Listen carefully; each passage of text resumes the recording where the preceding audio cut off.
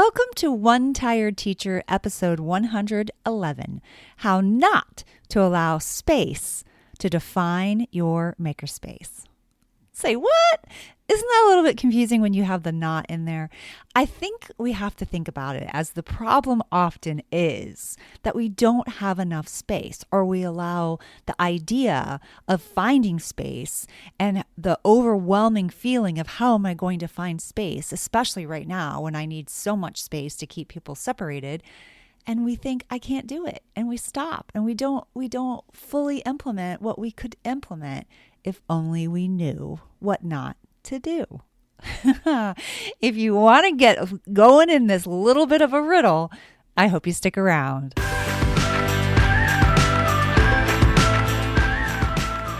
Welcome to One Tired Teacher. And even though she may need a nap, this teacher is ready to wake up and speak her truth about the trials and treasures of teaching. Here she is, wide awake. Wait, she's not asleep right now, is she? She is awake, right? Okay. From Trina Debery Teaching and Learning, your host, Trina Debery. Hey, so I hope I didn't get you too confused in the beginning, because it's really, really quite simple, and we will get to that in just a moment. But before we start, I want to let you know that STEMCon 2021 is here and ready to go. I am going to totally link to that in the show notes, but if you want to find it in an easier way, you can go to trinadebery.com/STEMCon21. So that's where you can find it. So anyway, I don't want you to forget, because that is coming, and it'll be here in just a few months, and the tickets are on sale now, and we have a really sweet deal for you. You actually get some really cool things right off the bat. Like, you get a bunch of freebies right away. Isn't that awesome? I mean, signing up for something and then having like the amount of content that you get in return being like 25 times greater than the amount that you invested, that is a pretty amazing deal. So I would hop right on to that and make sure that you get signed up so that you can come join the party. That's what it's going to feel like, because STEMCon 2020 was amazing. It was unbelievable. It was like one of the best professional developments that I have ever been a part of or participated in or learned from. And that's exactly what people were saying about this. And it was really incredible. It was magical. And we are going to do it again in 2021, except for it's going to be even bigger and even better. You're not going to want to miss it. All right, so I had to tell you about that. I also have to tell you that I am still plugging away at mastering Makerspace from zero to amazing. I'm very excited about offering this course in the very near future. It's coming. It's right around the corner, and I can't wait to deliver it to you, because you're going to be so excited, especially if you are that kind of teacher that loves to think outside of the box and loves to get their kids moving and wants their students to really begin to develop those critical thinking skills, those problem solving skills, that collaboration, that creativity. And there's just not enough of that in school. And so this is going to be such an incredible way for you to get your makerspace up and running off the ground. So I hope that you're going to join me. Right now, you can download a free Makerspace Getting Started kit, and I will link to that in the show notes. All right, that's enough of announcements. Now let's get talking about what not to do to not be able to create a space for your makerspace. And I know I'm making it sound so confusing, don't you think? Like, when you start off with what not to do. What should you not do? You should not panic. You should definitely not panic. You should not look around your classroom or your school or your media center and think, I don't have the space. That's what you should not do. Because the simple truth is that a makerspace is not defined by the space. It's a little funny, though, because it has the word space in it, don't you think? But a makerspace can be pretty much anywhere. I want you to really hear that. It can be pretty much anywhere. And I know what you're thinking, like, how are you going to store all the tools and the materials and the projects, and what are you going to do with all that? But really, the key to this is that it is And this is why I love Makerspace so much. But it really can be as simple or as complex as you choose or can afford. And don't worry, I talk all about how to get your Makerspace funded without breaking the bank in my course, Mastering Makerspace. So if you are wanting to know how to do that, I have got you covered, my friend. Don't you worry about it. But anyway, let's get back to the space. So space does not have to define what you do or where you put your Makerspace. So let's review quickly. Let's remember, because I've been talking about Makerspace a lot, and you can check back on some episodes. I have so many different episodes about Makerspace, and I will link to them in the show notes. One that I really love is episode 101, 6 attributes for creating an amazing Makerspace. I thought was a really fun one to do.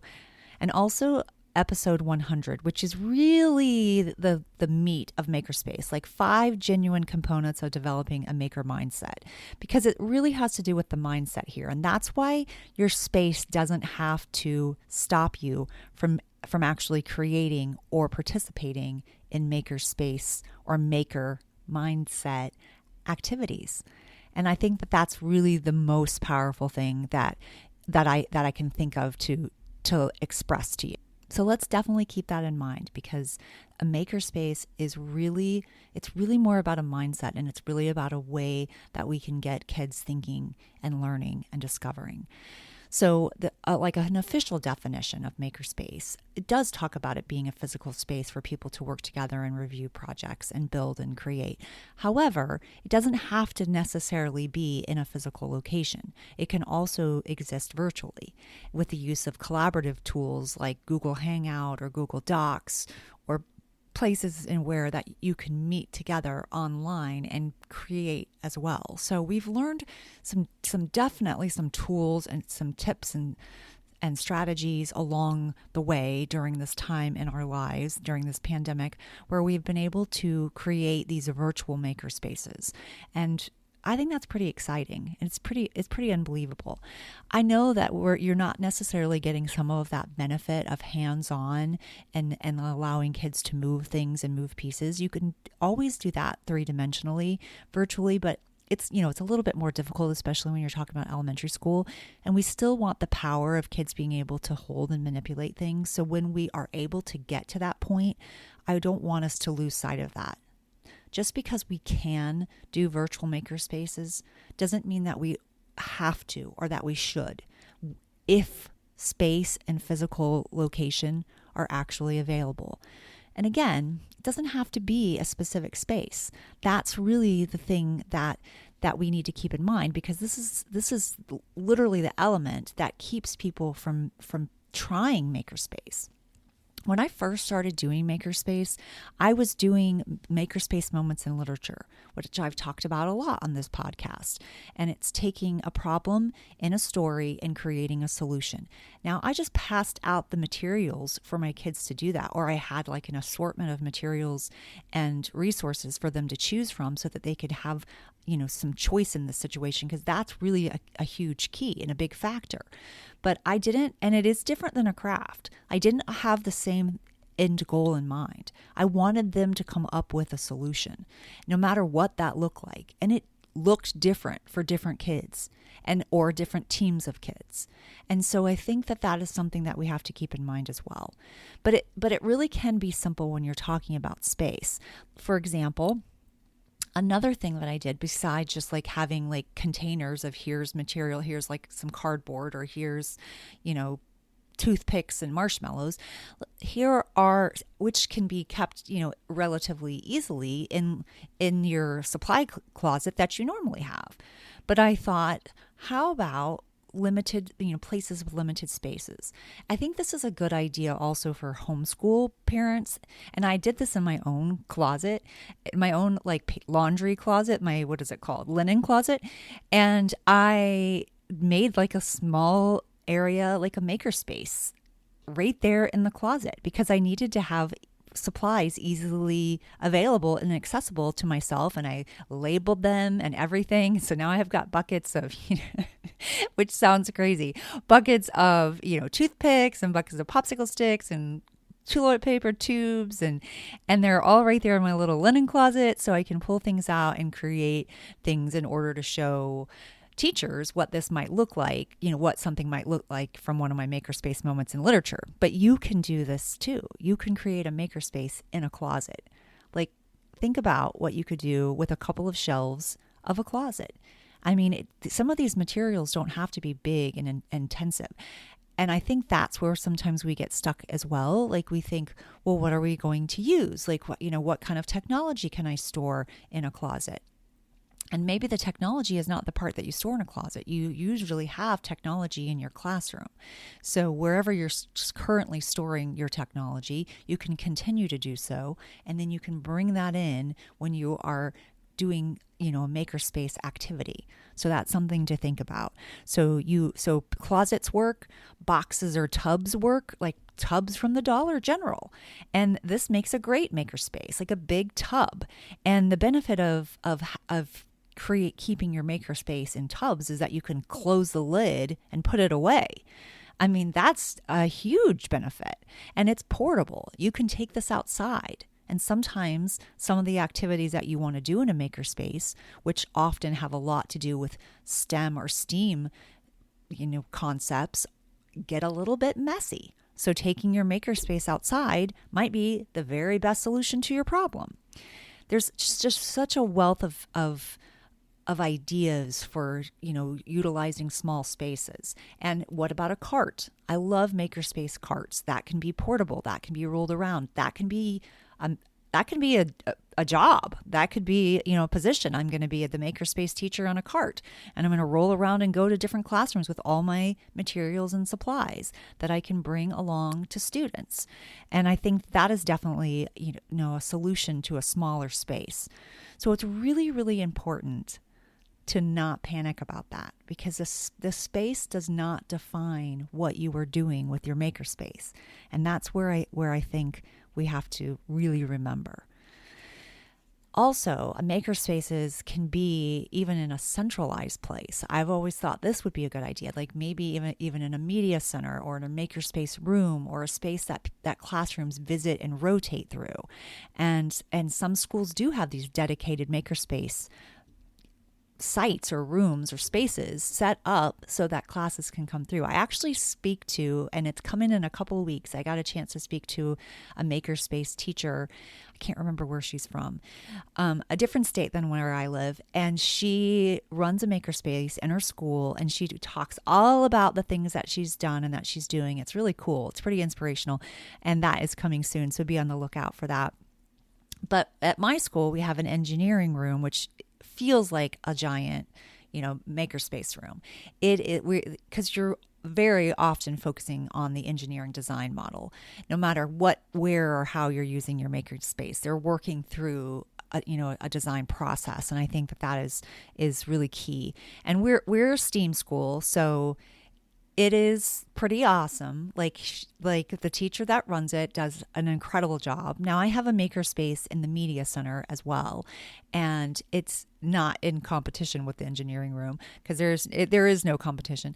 It's just an added part, of our school that kids can come through, and kids can, build and create. And also, I like to use mine in a lot of social and emotional learning types of activities with kids. And I like to use literature in mine. And the engineering class does a lot of STEM kinds of activities. So I think it's kind of cool to have like two different spaces. But anyway, so you could have like a centralized location. Another thing that you could do if you're limited on space, or if you're trying to figure out what or where you could do this, you also could do like a center rotation and have like different materials or different activities at different sections of your room, and the kids kind of rotate through that. I think that always works really well. So, as you can see, if you aren't panicking about space and you're not like completely shutting down your mind, that's another thing not to do, is totally close your mind and say, nope, there's no way I can do it. Forget it. It can't be done. There's always a way. I'm constantly amazed at those tiny house the tiny house show, the tiny house nation, I think it's called. And I'm like, how did you figure out how to put a whole entire house in this school bus? Or how did, like, it just blows my mind. I think I take up so much space that for me, I'm like, oh my gosh, I don't think I could do it. But sometimes like the minimalistic type of mentality actually sounds appealing, especially when you have moved frequently and you're like, I don't want to pack it again. But people figure it out. So I think we can figure out as well. And it doesn't have to be as complicated as we sometimes make it in our mind. It doesn't have to look exactly like Pinterest either. I have another makerspace in my garage. Like I created, because I like to build. I like to build furniture, and I like to sand, and I like to be creative with wood, and I have several different types of saws, and it's really fun for me. And so I'm like, well, I basically have my own makerspace in the garage, and I labeled things and put them in baskets and tried to make it look as cute as possible when you've got like a miter saw and and things like that. It doesn't, it's not always like picture perfect, but it works. It works for me. And really one of the keys is the organization and like labeling. That really helps massively. But it's just that the possibilities really are endless. Sometimes we just have to be a little bit creative.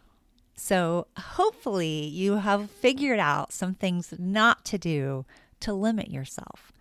Don't have limiting beliefs. Don't freak out if you don't have enough space. Don't stop trying to figure out how to incorporate Makerspace, even if you don't have the actual physical space. And don't panic. Those are all really important things to keep in mind, because this is a movement, people. This is something that gives, to me, I feel like it gives education some hope. Like I feel hopeful when I see kids creating and building and learning and excited and engaged. Like that makes me feel hopeful for our future. Well, this one tired teacher is definitely fired up to talk about Makerspace for the next couple of weeks. And I'm hoping if you are interested as well, you will grab my freebie, my Makerspace startup kit. You will grab that and download it. It will get you started. It helps you. It has some labels and things like that. It helps you at least get started thinking about Makerspace and join my Makerspace community. I have a Facebook group, Makerspace Thinking and Learning, on Facebook, and we're talking all about things that we're doing in there inside the group. And I just put out just a couple weeks ago, or not a couple weeks ago, a couple of days ago, I asked what people were doing, what they were specifically teaching, and some of the ideas that came through were so cool. I love that. So you should definitely check that out. I'll link to that in the show notes as well. So for next time, this one tired teacher is ready for a long nap. Until next time, sweet dreams and sleep tight.